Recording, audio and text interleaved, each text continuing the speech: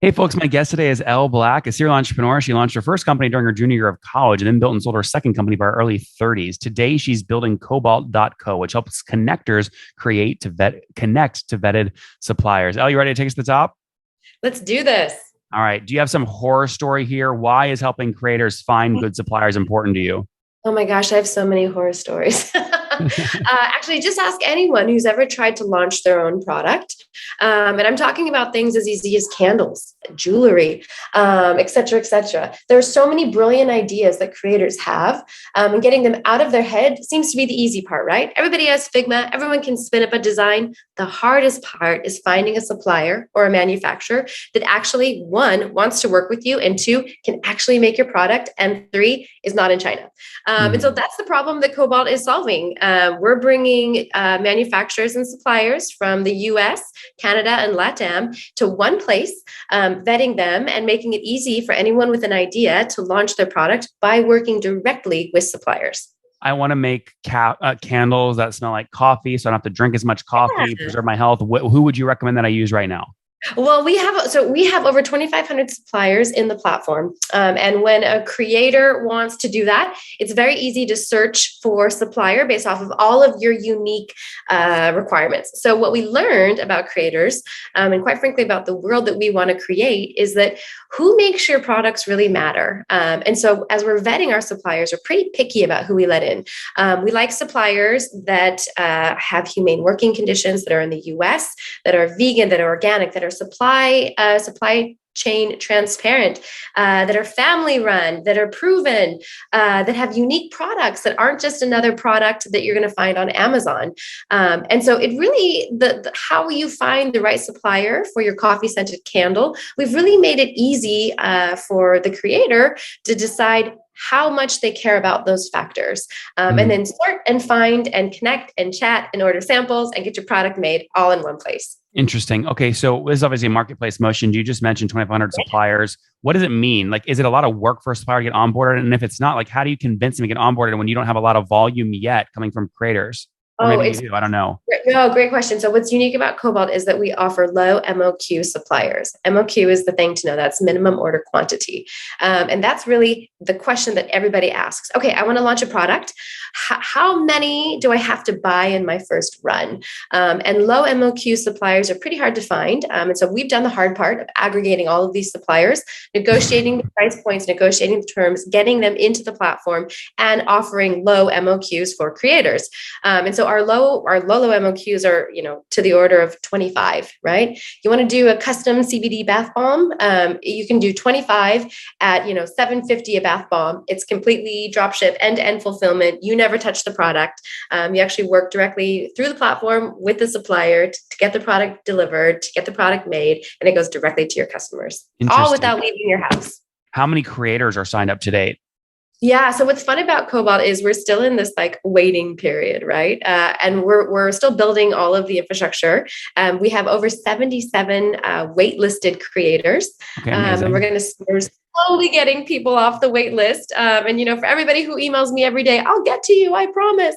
Mhm. But we just like to show people how easy it is to actually launch your own brand, and that's Yep. really the magic of what we're doing at When did you Cobalt. start coding this, Elle? When did you start getting all this together? What year?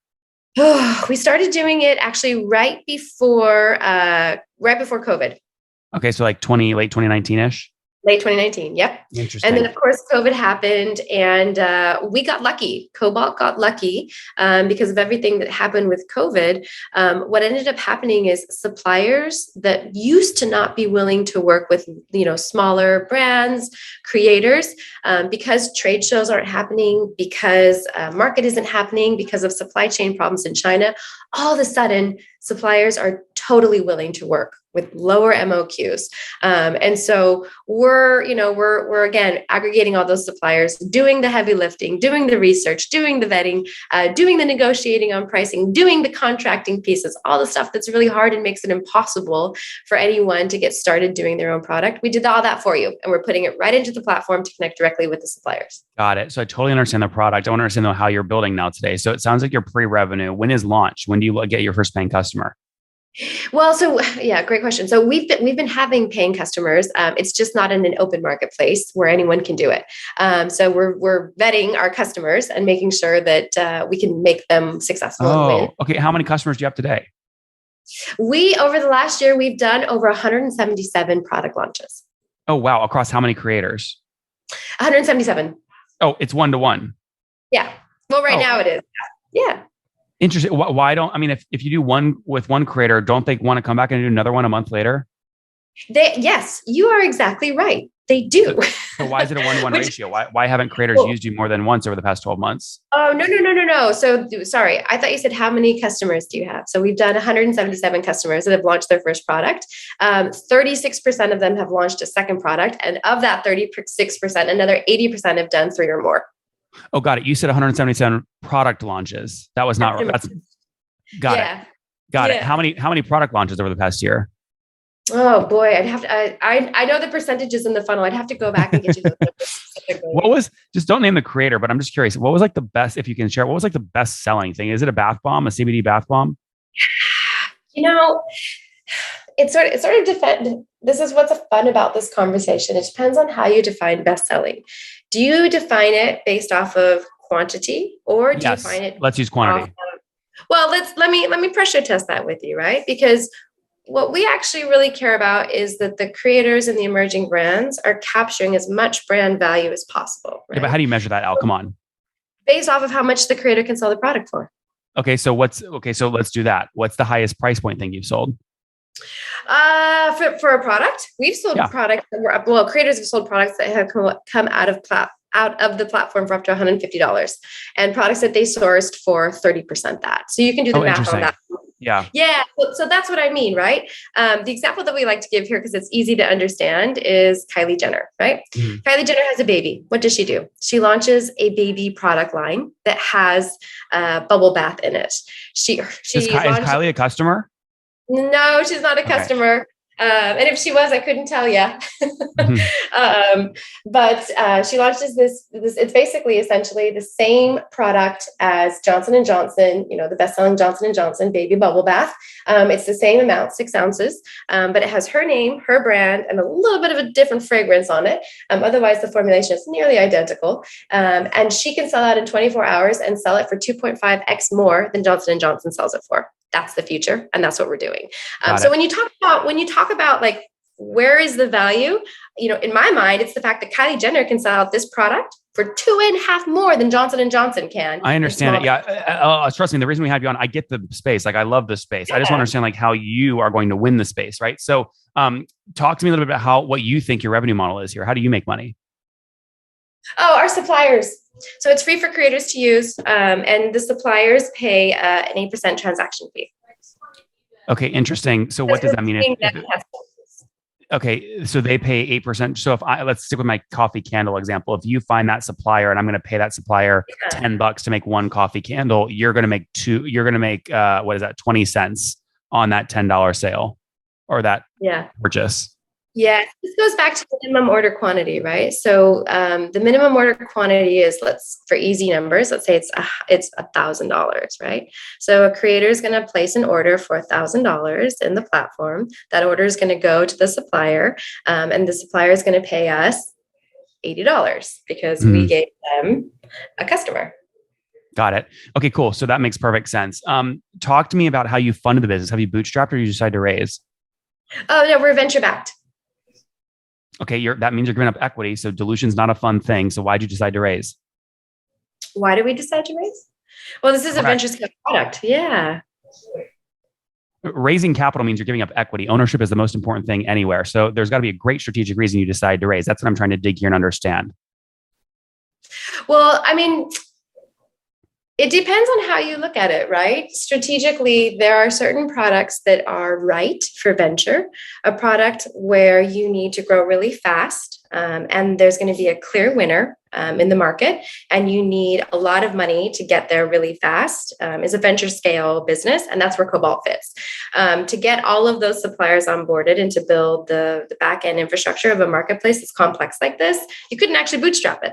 So it is a venture scale product, and for that reason, we opted to do venture. Okay. And how much did you decide to raise? Well, I mean, that's a great question. We're doing a seed round and we're still in our seed round, so we don't quite know what that's going to look like yet. Oh, I see. I see. Okay, cool. Yeah, there's a lot of people right now that are sort of letting their seed rounds roll because if you find more strategic people, you want to be able to let them in quickly. Yeah. Cool. Okay, so you're raising capital. Now, are you sole founder here or do you have co-founders? I have a co-founder. Okay. How'd you guys get together? How'd you meet?